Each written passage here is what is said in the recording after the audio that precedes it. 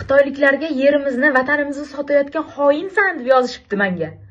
Va bu narsani yozayotgan odamlar eshitinglar va o'zingizga savol bering. Men vatanim uchun nima qildim?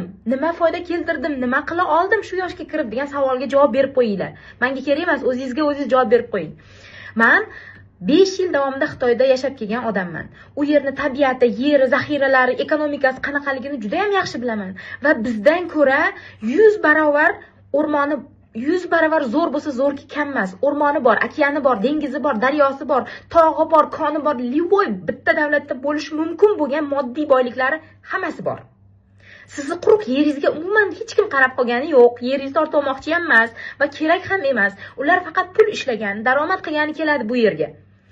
Va xo'p, hammasi bostirib kelyapti. Ular bosib bizni ko'p ma'naviy tomonimizga ta'sir qilishi mumkin. Bunga nima qilsak bo'ladi degan narsaga shunday javob borki, shunchaki har bir narsani kurashish yo'li ilm. Ilm najot. Ilm bilan boylik keladi. Ilm bilan har narsani yechimi keladi. Ya'ni til o'rganing, Xitoy tilini o'rganing, ularga qarshi biznesni o'rganing, pul qiling, boy bo'ling va lyuboy xitoylikni men garantiya beraman, bir oyga $2000 bersangiz, har qanday mutaxassisligini kelib o'rgatadi.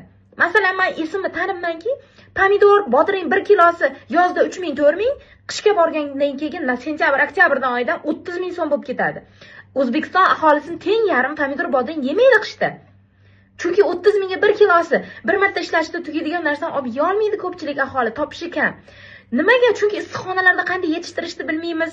Uni qishloq xo'jaligi zarar kunandalarga qarshi o'g'itlarini tushunmaymiz. Ne to'g'ri qishloq xo'jaligi juda ko'p sohada.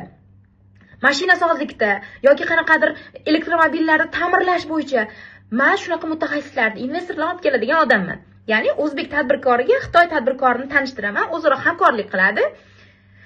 Va vaqti hamkorligi tugagandan keyin hurmat bilan kuzatib qo'yiladi. Menda ham xuddi shunaqa. Pulini beraman, aytaylik oshxona biznesi, restoran, mehmonxona biznesi. O'zingizda yetishmayaptimi? Ilm, nauka tomondan pulini to'lang, hurmatini qilib olib keling, 1 oy, 2 oy ishlating-da yana kuzatib qo'ying. Zato siz o'shanga ilmini olib qoldingiz. O'zimizda yetmagandan keyin shunaqa gap bor. O'zingda yo'qmi? O'zingni aqling yetmaydimi? Kerak bo'lsa dushmaningni bo'lsa ham ilmini o'rgan degan joy bor. Ilm olish kerak o'rtoqlar. Xitoyga boykot, u narsa bu narsa deb yotmanglar, foydasi yo'q. Xitoyga boykot bersak biz o'zimiz gadoy bo'lamiz. Nimaga? Chunki o'yla, lyuboy odamning uyida men garantiya beraman, 100 xildan ortiq narsasi Xitoyniki. Aboy, eshik, qulf, zamok, lampochka, parda, material, pol, patolog hammasi Xitoydan keladi bizga. Agar bu narsalar Xitoydan kelmasa, kim beradi? Rossiyadan keladimi? Qimmatga. Kimni puli yetadi? Yana o SSR zamonida qolib ketgan shisha lampochkalarga o'tamizmi? Так что